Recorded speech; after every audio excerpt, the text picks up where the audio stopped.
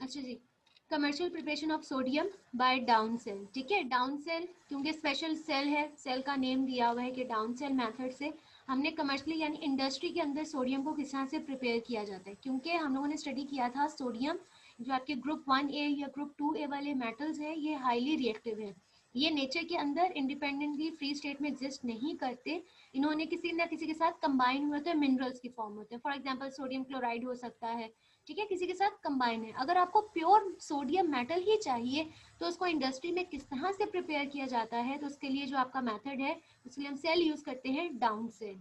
ठीक है, इसके अंदर जो आप यूज कर रहे हो मिनरल वो सोडियम क्लोराइड है। सोडियम क्लोराइड से आप इसमें से आप सोडियम मेटल को आपने एक्सट्रैक्ट करना है। ठीक है, सोडियम जो क्लोराइड है इसको आपने मेल्ट करना है। ठीक है, क्योंकि सोडियम क्लोराइड आपको पता है कॉमन सॉल्ट सॉलिड फॉर्म में होता है। ठीक है, तो हमने इसकी इलेक्ट्रोलिसिस करवानी है, तो ऑब्वियसली ये मेल्ट मोल्टन फॉर्म में होना चाहिए।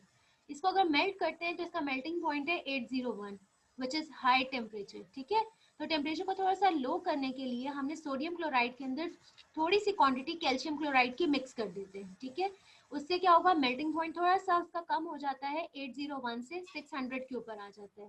ठीक, ये एक चीज हो गई कि हमने सोडियम क्लोराइड को कैल्शियम क्लोराइड से थोड़ा सा मिक्सअप कर दिया तो इसका मेल्टिंग पॉइंट लो होके 600 पे आ गया।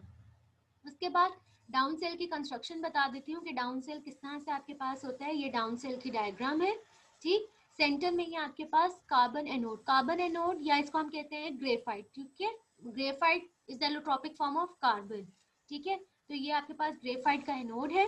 साइड्स पे ये आपको जो है कैथोड नजर आ रहा होगा। ठीक है, ये भी कैथोड है और ये भी कैथोड है। बेसिकली ये सर्कुलर कैथोड है, सेंटर के अंदर आपके पास एनोड है और एनोड को कवर किया हुआ है कैथोड में। ठीक है, यहाँ पे वो क्योंकि ये आपका पेपर है इसको सर्कुलर शो नहीं कर सकते, आपको इमेजिन इस तरह से करवा सकती हूँ जैसे एटम होता है, एटम के सेंटर में न्यूक्लियस, तो न्यूक्लियस जैसे सेंटर में न्यूक्लियस होता है ना, ऐसे आपके पास ये सेंटर में एनोड है। ठीक है, और जैसे ऑर्बिट्स या शेल्स बाहर होते हैं ना, इसी तरह सर्कुलर, इसी तरह से आपके पास कैथोड इसके ऊपर है। ठीक है, ये कैथोड ने इसको सराउंड किया हुआ है एनोड को। ठीक, एनोड और कैथोड आपस में, क्योंकि एनोड के ऊपर जो है आपकी क्लोरीन गैस प्रोड्यूस होनी है, कैथोड के ऊपर सोडियम प्रोड्यूस होना है, तो इस वजह से ये दोनों आपस में मिक्सअप ना हो जाए तो ये दरमियान में आपको डॉटेड स्ट्रक्चर नजर आ रहा होगा, यहाँ पे भी और यहाँ पे भी। ठीक है, ताकि एनोड और कैथोड के ऊपर जो चीजें प्रोड्यूस हो रही हैं वो आपस में मिक्सअप ना हो जाए, तो यहाँ पे एक स्क्रीन लगाई हुई है। ठीक है, ये स्क्रीन है, डॉटेड इसलिए है, परफोरेटेड है, ताकि यहाँ से जो है करंट पास हो सके, एनोड और कैथोड इलेक्ट्रिसिटी पास हो, लेकिन जो आइंस वगैरह की मूवमेंट है, क्लोरीन गैस जो है वो यहाँ पे सोडियम के साथ मिक्सअप ना हो जाए। ठीक, अच्छा जी, और ऊपर से क्या है, ये आपके पास सोडियम क्लोराइड यहाँ से हम ऐड करवाएंगे, मोल्टन सोडियम क्लोराइड, ये आपके पास सारा ब्लू कलर में है। ठीक, सोडियम क्लोराइड है यहाँ पर। फिर क्या होगा, आपके पास एनोड और कैथोड के ऊपर रिएक्शंस होंगे, एनोड के ऊपर जो है क्लोरीन गैस प्रोड्यूस होगी और कैथोड के ऊपर सोडियम मेटल प्रोड्यूस होगा। ठीक है, अब इनके रिएक्शंस आपस में किस तरह से होंगे, ये आपके पास रिएक्शन दिए हुए हैं कि जब आप इसकी इलेक्ट्रोलिसिस करवाते हैं तो सोडियम क्लोराइड मोल्टन फॉर्म में है तो वो आयनाइज हो जाएगी सोडियम और क्लोराइड आइन में। ठीक है, एनोड के ऊपर चार्ज क्या होता है, पॉजिटिव चार्ज, इस वजह से उसके ऊपर क्लोराइड आइन जाएगा। ठीक, क्लोराइड आइन एनोड के ऊपर होती है ऑक्सीडेशन यानी कि लॉस ऑफ इलेक्ट्रॉन, तो ये क्लोराइड आइन क्या करेगा, अपना इलेक्ट्रॉन लूज करके, ठीक है, 1 इलेक्ट्रॉन लूज करके ये क्लोरीन गैस के अंदर कन्वर्ट हो गया है और ये इलेक्ट्रॉन एक्सेप्ट कर लेगा, कैथोड पे चला जाएगा। कैथोड पे जाने की रीजन, क्योंकि यहाँ पे कैथोड के ऊपर चार्ज होता है नेगेटिव।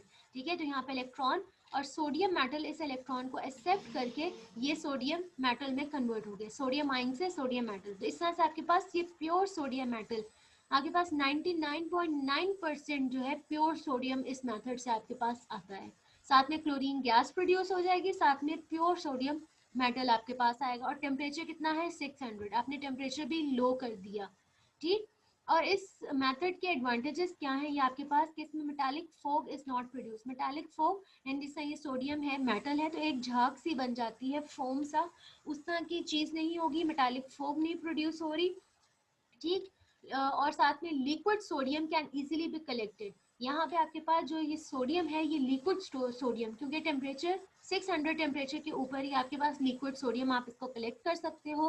और material of the cell, cell का जो मटेरियल, सेल जिस चीज़ का बना हुआ है वो भी आपके रिएक्शन में कोई उसका अमल दखल नहीं है, आपके प्रोडक्ट्स को कोई इम्प्योरिटी इम्प्योर नहीं कर रहा, कंटेमिनेट नहीं करता। ठीक है, तो ये 3 एडवांटेजेस है इस मेथड को यूज़ करने के, इस सेल को यूज़ करने के। और बाकी मैंने आपको एक समरी सी दे दी है कि ये किस तरह से रिएक्शन हो रहा है। क्लोरीन गैस जो एनोड के ऊपर प्रोड्यूस हुई है यहाँ से रिमूव हो जाएगी, और जो सोडियम कैथोड के ऊपर सोडियम मेटल प्रोड्यूस होगा, तो यहाँ से हम कलेक्ट करते जाएंगे और इसको हमने थोड़ी थोड़ी देर टाइम के बाद हम इसको कलेक्ट करते रहेंगे। ठीक है, फ्रैक्शंस में हम इसको कलेक्ट करते रहेंगे। और ये जो आपको डॉटेड लाइन नजर आ रही है आयरन की स्क्रीन है, ताकि मिक्सिंग ना हो क्लोरीन। ये आपको बबल्स नजर आ रहे हैं, बेसिकली जो सर्कल्स है ना, ये वाले सर्कल्स, ये क्लोरीन गैस के बबल्स हैं। ठीक है, तो ये क्लोरीन गैस यहाँ सोडियम से मिक्सअप ना हो जाए, इस वजह से यहाँ पे आयरन स्क्रीन लगाई हुई है। ठीक है, ये था आपके पास डाउन सेल मेथड।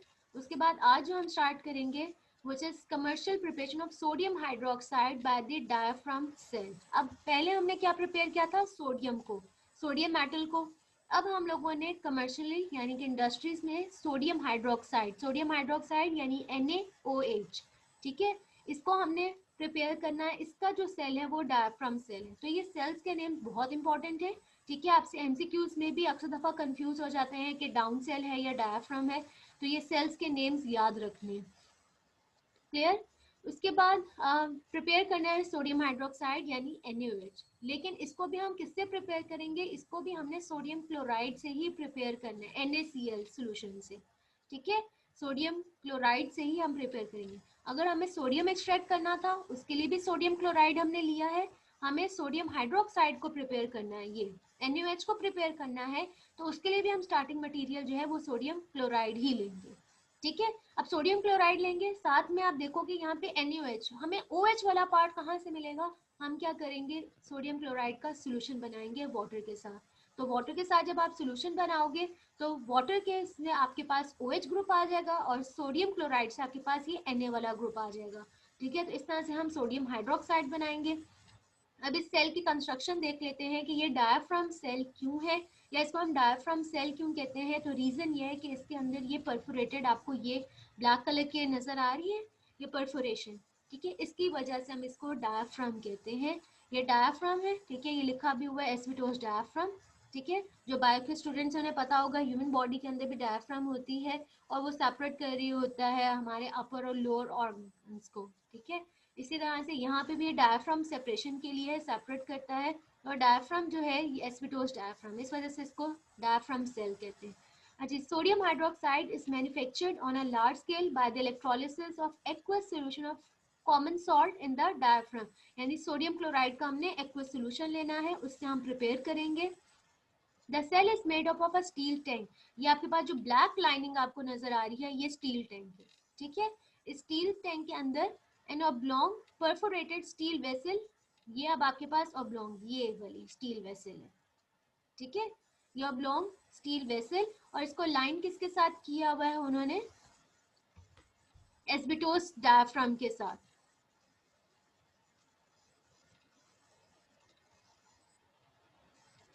हम डायफ्राम सेल को ही नेल्सन सेल कहते हैं। अच्छा जी, oblong perforated steel vessel line inside with the asbestos diaphragm. तो ये एस्बिटोस के साथ इसको लाइनिंग की हुई है। ठीक है, अच्छा जी, और ये सर्व करेगा एज अ कैथोड। ये जो आपके पास एस्बिटोस डायफ्राम है ना, ये आपके पास कैथोड के तौर पे एक्ट करेगा। ठीक है, ये परफोरेटेड आयरन कैथोड, ये आपके पास ये जो आपको नजर आ रहा है, तो ये कैथोड के तौर पे एक्ट करेगा। It is provided with constant level device to keep the vessel filled to the specified level with brine. अच्छा, ब्राइन कहते हैं सोडियम क्लोराइड के एक्वस सॉल्यूशन को। ठीक है, सोडियम क्लोराइड के एक्वस सॉल्यूशन को वाटर के साथ अगर सॉल्यूशन बनाओ तो उसको हम ब्राइन कहते हैं। अगर मोल्टन फॉर्म में हो तो हम उसको फ्यूज्ड कहते हैं। सोडियम क्लोराइड का अगर एक्वस सॉल्यूशन हो तो हम उसको ब्राइन कहते हैं, BRINE। ठीक है, ब्राइन।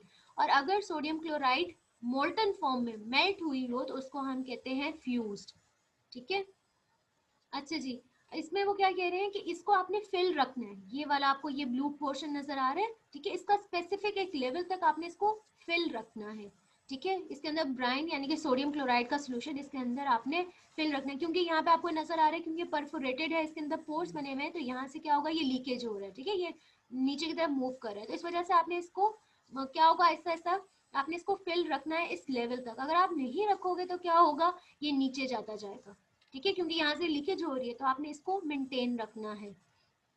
ठीक, उसके बाद a graphite anode is held within a U-shaped diaphragm and it projects into the salt solution। तो इसके अंदर एनोड आपको कहाँ पे मिल रहा है, ये वाला पार्ट, ठीक है, ये जो आपको ग्रे कलर का नजर आ रहा है ना, ये एनोड है, ठीक है। ये था आपके पास कैथोड, कैथोड के बाद अंदर ये सोडियम क्लोराइड का सोल्यूशन है ब्लू, और ये ग्रे वाला जो पार्ट है ये आपके पास जो है एनोड है, ठीक है। एनोड हमने डिप किया हुआ है सोडियम क्लोराइड के सोल्यूशन के अंदर। ठीक, the steam is blown during the process which keeps the electrolyte warm and helps to keep the perforation clear। अच्छा, हमने इसमें स्टीम पास करवाते रहेंगे। स्टीम पास करवाने की रीजन ये है कि जो आपका सोडियम क्लोराइड का सोल्यूशन जो कि इलेक्ट्रोलाइट है, तो ये वार्म रहे, गर्म रहे, और सेकेंड रीजन ये है स्टीम पास करवाने की, ताकि जो परफोरेशन पोर्स है ना, ये ब्लॉकेज ना हो जाए, ठीक है। यहाँ से जब सोडियम क्लोराइड गुजर रहा है तो यहाँ ब्लॉकेज ना हो जाए, ये पोर्स क्लियर रहे, इस वजह से आप क्या करते हो, स्टीम पास करवाते हैं। स्टीम पास करवाने के टू रीजंस क्या हैं, एक तो इलेक्ट्रोलाइट वार्म रहे, और सेकेंड ये कि आपके पास ये जो पोर्स है ये क्लियर है, यहाँ पे कोई ब्लॉकेज ना हो जाए। अच्छा जी, उसके बाद the chlorine release at the anode. Anode के ऊपर क्या होगा, ये आपके पास सेंटर में था एनोड, ठीक है, तो एनोड के ऊपर क्या होनी है, क्लोरीन गैस प्रोड्यूस, तो यहाँ से ये क्लोरीन सेपरेट हो रही है, ठीक, और साथ में क्या होगा, at the anode rising into the dome at the top while hydrogen release at the cathode। और कैथोड के ऊपर क्या होगा, यहाँ पे हाइड्रोजन गैस प्रोड्यूस होगी, और यहाँ से हाइड्रोजन जो है रिमूव होती जाएगी, यहाँ से हाइड्रोजन गैस रिमूव होगी, ठीक है, रिलीज होगी, और यहाँ से क्लोरीन गैस रिलीज होती जाएगी। द सोडियम, अब पीछे क्या रहेगी आपके पास, आयंस कौन कौन से थे, सोडियम क्लोराइड में से सोडियम और क्लोराइड, वाटर में से हाइड्रोजन और हाइड्रोक्साइड, ठीक है। तो यहाँ से क्लोरीन, क्लोरीन गैस बन के रिमूव हो जाएगा, और जो वाटर में से एक आयन है हाइड्रोजन और एक आपके पास है OH, ठीक है, तो हाइड्रोक्साइड आयन रहेगा, हाइड्रोक्साइड आयन सोडियम के साथ मिलके सोडियम हाइड्रोक्साइड बना देगा, जो हाइड्रोजन गैस थी वो यहाँ से रिमूव होती जाएगी, ठीक है। The sodium hydroxide solution slowly percolates into a catch basin. तो ये आपके पास कैच बेसिन है, यहाँ पे कैच यानी कि जैसे कैच करना ना, गिर रहा है तो उसको पकड़ता जाएगा, तो ये बेसिन के अंदर आपके पास सोडियम हाइड्रोक्साइड आता जाएगा, ठीक है। यहाँ पे क्या था, सोडियम क्लोराइड का सोल्यूशन, यानी सोडियम था, क्लोरीन थी, हाइड्रोजन है, हाइड्रोक्साइड है, तो क्लोरीन यहाँ से रिमूव हो जाएगी, हाइड्रोजन गैस यहाँ से रिमूव होगी, पीछे अब आयंस कौन से रह गए, सोडियम का और हाइड्रोक्साइड, तो सोडियम हाइड्रोक्साइड मिलके यहाँ पे बेसिन के अंदर जो है फॉल करते जाएंगे ड्रॉप वाइज, ठीक है, इस तरह से। अब ये जो आपके पास डायफ्राम, ये जो सेल है, ये वाला पार्ट, ये वाला पोर्शन, इसको थोड़ा सा क्लियर करके उन्होंने इस डायग्राम के अंदर दिखाया हुआ है फिगर 2.2 में, 2B में, उन्होंने कि ये डायफ्राम, ठीक है, डायफ्राम ताकि ये सेपरेट रहे, ये आपके पास एनोड वाला कंपार्टमेंट है, ठीक है, ये एनोड कंपार्टमेंट है, और ये वाला कैथोड कंपार्टमेंट है, ठीक। अब एनोड कंपार्टमेंट आपके पास क्या है, यहाँ पे आपको ये क्लोराइड नजर आ रहे होंगे, ठीक है, क्योंकि ये पॉजिटिव वाला है, तो यहाँ पे क्या है, क्लोराइड आयन इसके ऊपर अट्रैक्ट हो रहे हैं, ठीक। अच्छा, अब इस वाले बेसन के अंदर क्या था, सोडियम भी है और क्लोराइड आयन भी है, तो क्लोराइड आयन इसके ऊपर अट्रैक्ट हो रहे हैं, ठीक है। और यहाँ पे क्या हो रहा है, यहाँ पे आपके पास ये जो सोडियम, क्योंकि ये डायफ्राम परफोरेटेड है, तो यहाँ से ये पास कर जाएंगे सोडियम, और ये इधर आते जाएंगे, तो यहाँ पे सोडियम हाइड्रोक्साइड के साथ ये water on this side turns into sodium hydroxide solution, ठीक है। तो यहाँ पे जो वाटर था, यहाँ पे सोडियम आता जाएगा, और सोडियम क्या कर रहा है, OH के साथ रिएक्शन करके सोडियम हाइड्रोक्साइड में कन्वर्ट होता जा रहा है, ये आपको अब नजर आएंगे, ये देखिए OH आयन है, ठीक है, OH और ये सोडियम आपस में अब रिएक्ट करके इस वाले कंपार्टमेंट में सोडियम हाइड्रोक्साइड बनाते जा रहे हैं, ठीक है। और यहाँ पे फिगर 2.6b, ये जो अभी हमने डायग्राम देखी, show a simplified version of a cell in order to understand the purpose of diaphragm when the electrolysis take place chlorine is given off at the anode according to following reaction। अब anode, ये वाला anode वाला compartment था, तो यहाँ पे क्या होगा, एनोड के ऊपर क्या है, पॉजिटिव चार्ज, इस वजह से क्लोराइड आयन उसके ऊपर अट्रैक्ट होगा, वहां जाकर क्लोरीन ने क्या, क्लोराइड आयन ने अपने 2 क्लोराइड आयन ने तो अपने 2 इलेक्ट्रॉन लूज कर दिए, तो ये क्लोरीन गैस में कन्वर्ट होता गया है, ठीक है, एनोड के ऊपर ये रिएक्शन हो रहा है। अब कैथोड के ऊपर क्या हो रहा है, कैथोड के ऊपर वहां पे वाटर, कैथोड के ऊपर जो है 2 इलेक्ट्रॉन्स जो वहां जाएंगे और वाटर के साथ रिएक्ट करके हाइड्रोक्साइड और हाइड्रोजन गैस प्रोड्यूस कर रहे हैं। तो हाइड्रोजन गैस और क्लोरीन गैस ये रिमूव होती जाएंगी, बाहर जाएंगी, ठीक है।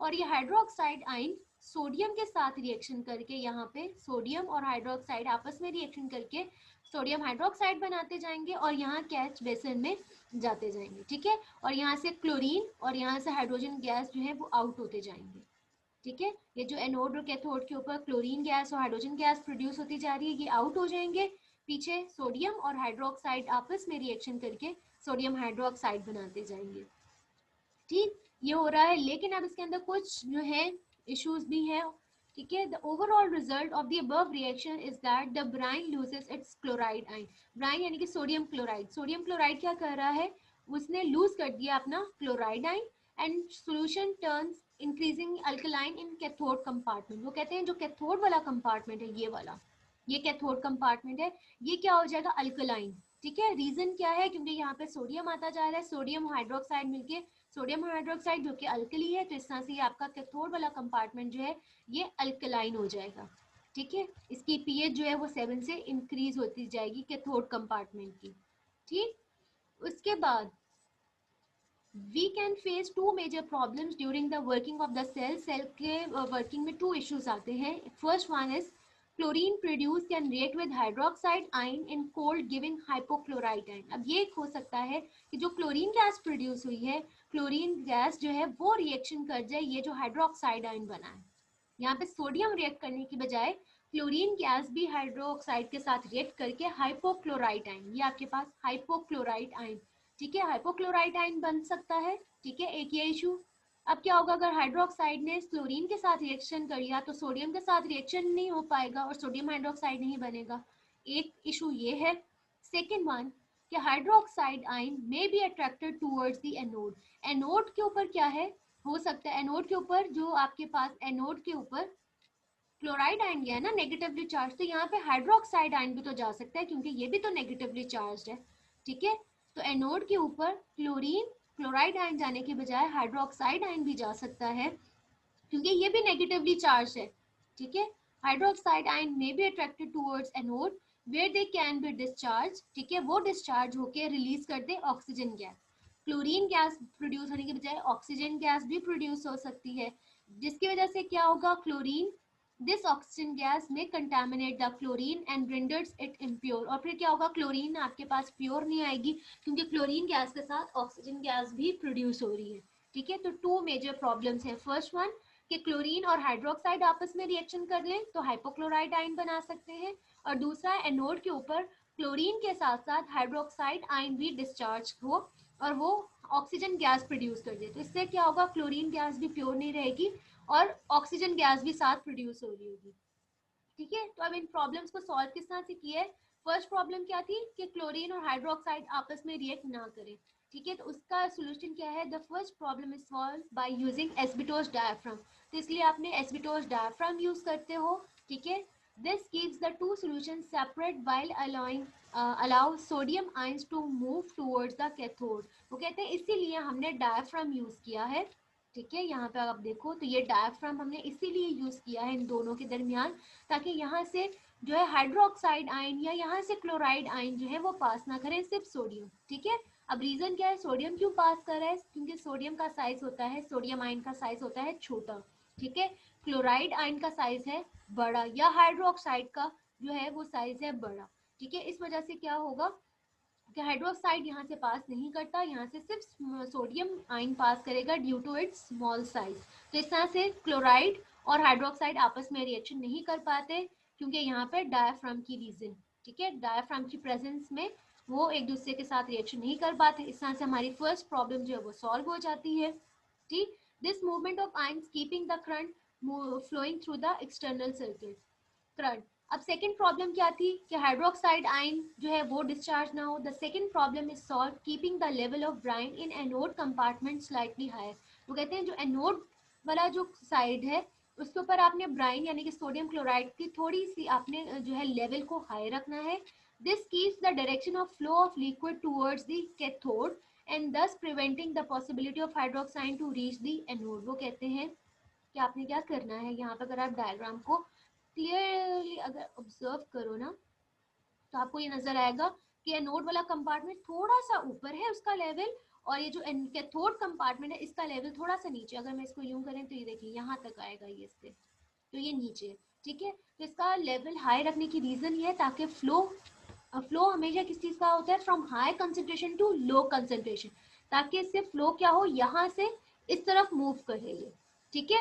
यहाँ से लो कंसेंट्रेशन से हाई कंसेंट्रेशन की तरफ मूव ना करे, तो यहाँ से सिर्फ मूव क्या कर पाएगा, सोडियम ही, ठीक है। क्लोराइड आयन जो यहाँ से मूव नहीं कर पाएगा क्योंकि उसका साइज बड़ा है, तो यहाँ से क्या होगा, सिर्फ सोडियम ही, क्योंकि पोर्स का साइज छोटा है तो सिर्फ सोडियम ही पास कर पाएगा, ठीक है। तो इस तरह से बेसिकली दोनों इश्यूज को कैसे सॉल्व किया है, एक डायफ्राम ने और दूसरा सोडियम क्लोराइड एनोड वाले कंपार्टमेंट का लेवल थोड़ा हाई करके दोनों इश्यूज को रिजॉल्व किया है, ठीक है। यहाँ पे आप लोगों का ये एंड हो जाता है चैप्टर, ठीक है। और दोनों जो प्रॉब्लम्स थी उस तरह से उन्होंने सॉल्व की है, ठीक। आगे लिखा हुआ है the solution that flows out of the cathode compartment contains 11% sodium hydroxide. वो कहते हैं कैथोड कंपार्टमेंट में जो आपको सोल्यूशन मिलता है उसके अंदर 11% सोडियम हाइड्रोक्साइड होगा एंड 16% सोडियम क्लोराइड होगा, ठीक। फिर आप उसकी इवेपोरेशन करवाओगे सोल्यूशन को, तो आपके पास सोडियम क्लोराइड, ठीक है, आपके पास कैथोड कंपार्टमेंट में 11% सोडियम हाइड्रोक्साइड आ गया, 16% सोडियम क्लोराइड आ गया। फिर evaporation of this solution crystallise the less soluble sodium chloride which is filtered off. तो क्या होगा, क्रिस्टल्स बन जाएंगे सोडियम क्लोराइड के, ठीक है। तो आप उसको फिल्टर कर लो, ठीक। पीछे जो लिक्विड रह जाएगा, लिक्विड में आपके पास क्या होगा, अब 50% सोडियम हाइड्रोक्साइड होगा और अभी भी 1% उसके अंदर सोडियम क्लोराइड होगा एज एन इम्प्योरिटी, ठीक है। तो अगर 1% अगर इम्प्योरिटी हो तो कमर्शियल पर्पज के अंदर इतनी स्मॉल इम्प्योरिटी मैटर नहीं करती कि जी 1% है, ठीक है। बाकी 50% तो आपके पास सोडियम हाइड्रोक्साइड आ जाएगा, ठीक है। तो यहाँ पे आप लोगों का टॉपिक और ये चैप्टर हो जाता है एंड, ठीक है। वो आपको ये बता रहे थे कि ये जो कैथोड वाला कंपार्टमेंट है यहाँ पे आपको सोडियम हाइड्रोक्साइड भी मिलेगा और सोडियम क्लोराइड भी, ठीक। फिर आप क्रिस्टलाइज करवाओगे तो सोडियम क्लोराइड के क्रिस्टल्स बन जाएंगे और आप उसको फिल्टर करके सेपरेट कर लोगे, ठीक है। और फिर आपके पास 50% सोडियम हाइड्रोक्साइड आ जाएगा और 1% जो है सोडियम क्लोराइड होगा which is a very minute amount of impurity, ठीक है। वो कमर्शियल मेथड्स में मैटर नहीं करती, ठीक। यहाँ पे आप लोगों का चैप्टर हो गया है एंड, और